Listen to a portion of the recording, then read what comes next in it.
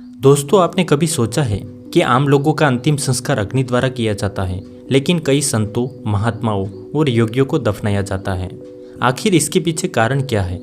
क्या ये सिर्फ परंपरा है या इसके पीछे कोई गहरा आध्यात्मिक रहस्य छिपा है? आइए विस्तार से जानते हैं। हिंदू धर्म में मृत्यु के बाद शरीर का अग्नि संस्कार किया जाता है। ऐसा माना जाता है कि अग्नि पंच तत्वों में शरीर को विलीन कर देती है और आत्मा अपनी आगे की यात्रा पर निकल जाती है। लेकिन जब बात सिद्ध संतों, योगियों और महात्माओं की आती है तो कई परंपराओं में उन्हें दफनाया जाता है और इसे समाधि देना कहा जाता है।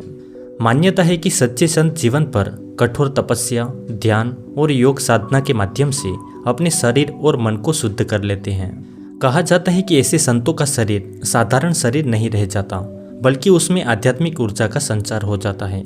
कई योग परंपराओं के अनुसार जब कोई सिद्ध योगी अपनी इच्छा से ध्यान अवस्था में शरीर त्यागता है तो उसे महासमाधि कहा जाता है।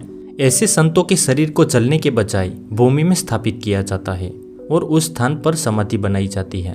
भक्तों का विश्वास होता है कि संत की आध्यात्मिक शक्ति उस स्थान पर बनी रहती है, इसीलिए लोग उनकी समाधि पर जाकर ध्यान करते हैं, प्रार्थना करते हैं और आशीर्वाद प्राप्त करने की भावना रखते हैं। भारत में कई प्रसिद्ध संतों की समाधियाँ आज भी श्रद्धा के प्रमुख केंद्र हैं, जैसे कि साईं बाबा ऑफ शिरडी की समाधि, जहां हर साल लाखों श्रद्धालु दर्शन करने आते हैं। इसी प्रकार अनेक संतों और योगियों की समाधियाँ देश भर में मौजूद हैं। हालांकि ये ध्यान रखना जरूरी है कि सभी संतों को दफनाया जाए, ऐसा कोई ठोस नियम नहीं है। अलग अलग संप्रदायों और परंपराओं में अलग अलग रीति रिवाज हैं। जैसे कुछ संतों का अग्नि संस्कार भी किया जाता है। इतिहासकारों और विद्वानों के अनुसार संतों को दफनाने की परंपरा प्राचीन योग और संन्यास परंपराओं से जुड़ी हुई है, जहां शरीर को साधना का पवित्र साधन माना जाता था।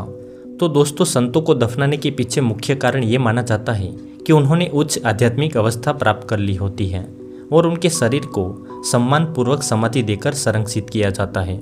ये आस्था, परंपरा और आध्यात्मिक मान्यताओं का एक अनूठा संगम है।